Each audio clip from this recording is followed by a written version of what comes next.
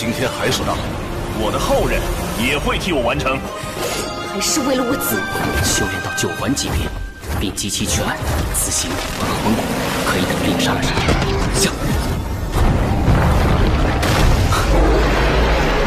莲和6万8千和水光霜属性，暗魔邪神虎。是剑下。这就是你来海神岛的最近的地方，享受着神。暗魔邪神虎，灵月和天青牛蟒，实力应该不亚于。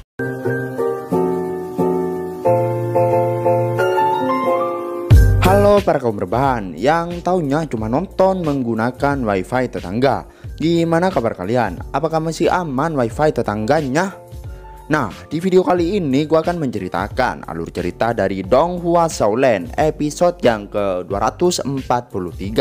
Nah, langsung saja siapkan minuman, kencangkan celana dalam, dan ya, tanpa banyak bacot, langsung saja kita ke alur ceritanya.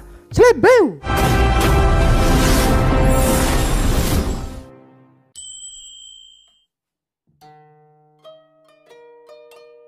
Di awal scene seperti biasa, kita ditunjukin lokasi tempat ujian Qian Rensu yang ke-9 yang rupanya begitu gelap dengan gemerlap bintang di atas langit. Di tempat hampa tersebut tidak ada satu benda apapun, hanya hamparan luas yang tak terhingga. Sang pewaris dewa mulai kebingungan dengan apa yang harus ia lakukan di ujian yang ke-9 kali ini. Dia juga mengingat bahwa Dewa Malaikat pernah mengatakan padanya kalau ada 3 rintangan yang akan sulit dia lalui di dalam hatinya. Maka dari itulah dia harus mencari, dan akhirnya sedikit demi sedikit mulai tersadar. Terlihat bulu emas yang ditinggalkan oleh kakeknya mulai bereaksi. Qian Rensu mulai menyadari bahwa jangan-jangan rintangan yang pertama yang akan dia lihat adalah kakeknya. Meskipun ujian yang diberikan oleh sang dewa itu benar-benar membuatnya bingung, tapi dia tetap tidak akan menyerah karena dia telah memasuki pintu penerus dewa. Maka dia harus menguatkan tekad untuk melanjutkannya. Salah satu hal yang paling membuatnya bersemangat dan tetap kuat adalah tekad yang telah ditinggalkan oleh kakeknya untuk diteruskan. Setelah berjalan agak lama, akhirnya muncullah sesosok bayangan sang dewa malaikat yang sedikit tercengang dengan ketegaran dari Qian Rensu. Bahkan jauh lebih besar dengan yang ia bayangkan. Pantas saja Qian Douliu sangat tenang ketika menyerahkan semua tugas itu padanya. Dijelaskan pemuja besar Qian Douliu telah berada di kuil Dewa Malaikat selama bertahun-tahun. Dengan kesetiaannya dia selalu menunggu pewaris dewa akan muncul. Oleh karena itu dia tidak akan menyia-nyiakan perjuangannya. Maka dia pun melakukan sesuatu sebagai hal terakhir yang bisa ia lakukan untuk membimbing putri atau cucu tercintanya itu demi mendapatkan tahta dewa. Dan setelah itu kita ditunjukin salah satu klise yang dimana di dalamnya berisi cuplikan memori milik Qian Douliu. Tentu hal tersebut membuat Qian Rensu semakin terharu atas pengorbanan kakeknya.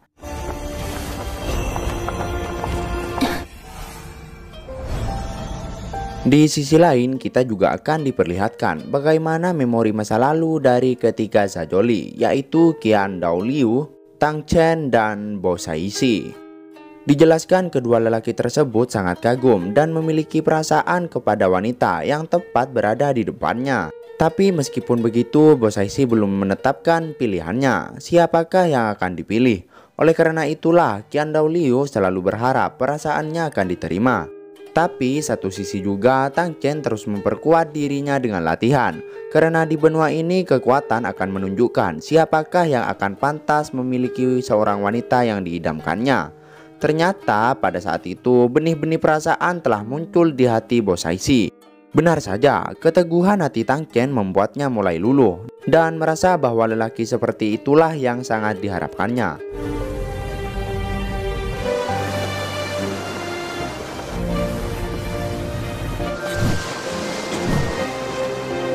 Di sisi lain, kedua orang ini merupakan rival di masa lalu. Meskipun Qian Douliu sudah tidak akan bisa meneruskan posisinya sebagai dewa, tapi dia tetap tidak akan menyerah begitu saja karena pertarungan mereka belum bisa ditetapkan siapakah yang akan menang dan juga yang kalah. Dia sangat berambisi bisa mengalahkan Tang Chen, tapi jika itu tidak bisa terjadi sampai ajal menjemput, maka dia masih bisa berharap kepada keturunannya agar mewujudkannya suatu hari nanti. Qian Rinsu yang melihat memori atau pandangan masa lalu yang dimiliki oleh kakeknya itu mulai tersadar bahwa ternyata sejak di masa lalu yang sudah sangat lama Sekte Haotian dan suku malaikat telah berselisih. Sejak saat itu juga Qian Daoliu telah mengetahui takdirnya bahwa sang pewaris dewa malaikat sebentar lagi akan muncul. Waktu itu juga dia kemudian mengingat lelaki atau sosok yang bernama Tang San, dan ia pun bertekad suatu hari nanti akan membuat perhitungan dengannya.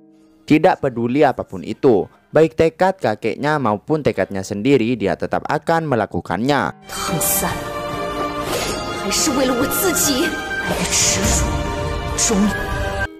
Nah, sementara itu Xin pun pindah ke hutan pertarungan bintang.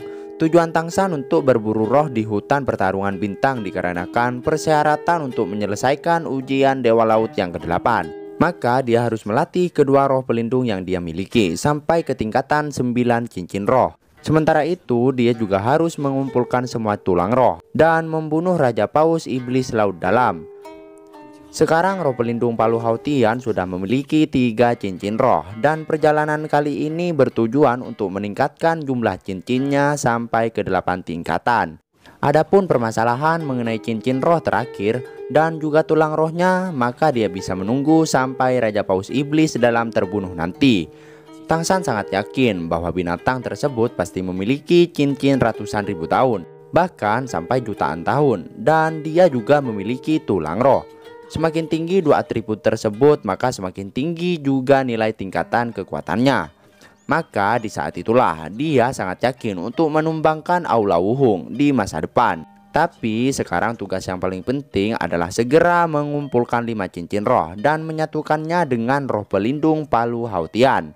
Kali ini untuk perburuan pertamanya, Tang San mencari binatang roh yang bertipe kekuatan.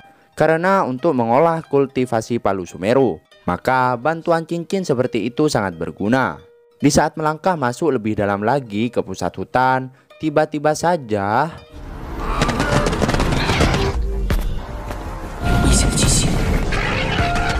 benar sekali, Tang San melihat beberapa binatang roh yang berada tepat di depannya telah mati, dan seperti ada efek korosi yang menggerogoti tubuhnya. Tang San langsung saja melepaskan domain kaisar biru peraknya dan membentangkan dengan luas, dan terjadilah sesuatu yang mengejutkan untuk yang kedua kalinya.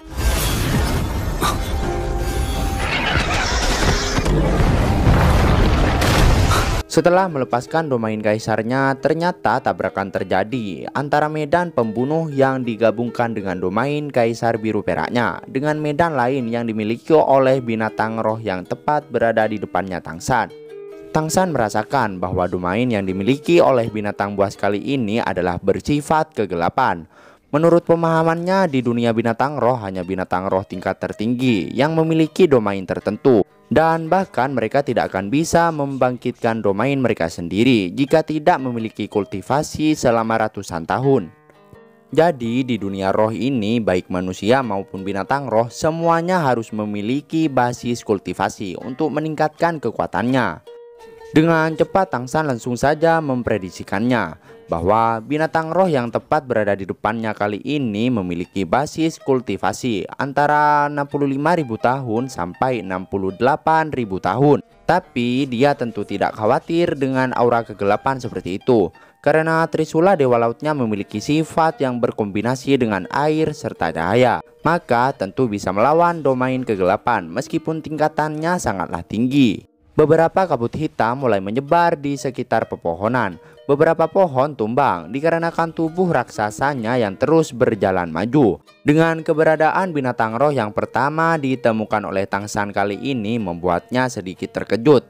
Bahkan dengan basis kultivasi sekitar 60.000 tahunnya itu, dia sudah memiliki medan dan juga domain tersendiri.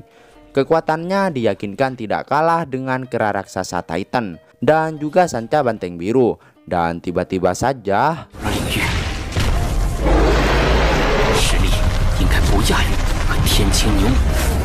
benar sekali, dari penjelasan novelnya itu adalah Dewa Iblis Harimau Hitam. Wede, ukurannya jika kita lihat dari sini guys, ya memang tidak kecil. Tubuhnya bahkan hampir seukuran dengan Daming dan juga Erming. Pokoknya gede banget lah. Nah, setelah kita melihat sedikit cuplikan Tangsan, maka kita pun dikembalikan di panel yang terakhir. Tepatnya di dalam memori atau ingatan Qian Daoliu yang dilihat oleh Qian Rensu. Dalam posisi kedua lelaki ini sepertinya sangat mengharapkan Bosaishi sebagai pendamping hidupnya. Bahkan pada mulanya sang pewaris Dewa Laut ini memberikan alasan bahwa level 100 merupakan angka untuk mendapatkan cintanya.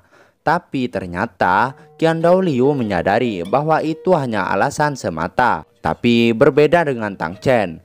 Justru dia menganggapnya sebagai hal yang serius. Karena itulah tidak ada yang tahu kepergiannya kali ini. Apakah dia ingin menembus peringkat 100 atau justru menyerah untuk mendapatkan hati Bosaishi?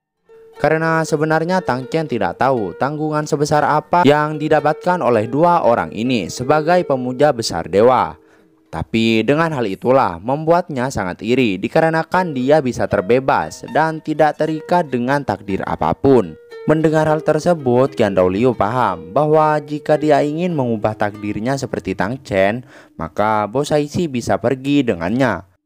Awalnya Bosaishi sangat mengerti posisinya, bahwa meskipun dia mengharapkan hal tersebut, tapi saat ini dia telah berada di tempat yang paling dekat dengan dewa, menerima perlindungan dari sang dewa, dan sudah seharusnya dia membalas jasa-jasa tersebut. Begitupun dengan Qian Daoliu, sebagai pemuja besar dewa malaikat tentu memiliki harapan yang sama. Dia memikul tanggung jawab yang sangat besar dan sampai kapanpun dia tidak akan pernah meninggalkannya. Hal itulah yang membuatnya mengerti mengapa Bosaishi tidak memberitahukan Tang Chen cara menjadi penerus dewa pelindung. Karena dia tidak ingin lelaki yang diidamkannya itu terikat dengan tugas seperti itu. Jika Tang Chen harus menanggung kematian orang yang dicintainya dan hidup menderita itu sangatlah kejam. Meskipun Bosaishi dan Qian Daoliu selamanya tidak akan mungkin menjadi dewa, tapi mereka berdua akhirnya tahu bahwa kesulitan dan juga kesepian di jalan itu sangatlah jelas. Begitupun dengan Qian Daoliu, yakin bahwa suatu hari nanti penerus yang dia pilih dan mengambil jalan dewa, maka hanya satu harapan terbesarnya, yaitu dia tidak ingin menganggap hal itu sebagai penderitaan, melainkan bertekad untuk menjalani sambil memikul semua beban dan tanggung jawab itu. Meskipun tugas tersebut dia tidak bisa lepaskan begitu saja, tapi jika ada harapan untuk perubahan di masa depan, maka dia akan melakukan apapun untuknya. Qian Rensu yang melihat kilas balik dari masa lalu itu kemudian mulai bertekad untuk membawa harapan kakeknya dan menjalaninya dengan sekuat tenaga meskipun itu sangat sulit. Tapi dia tetap akan menjadi yang terkuat di dunia dan mengalahkan Tang Chen suatu saat nanti. Jika dia sudah mati dan terkalahkan, maka selanjutnya adalah keturunan-keturunannya yang akan terkalahkan di bawah pedang malaikat.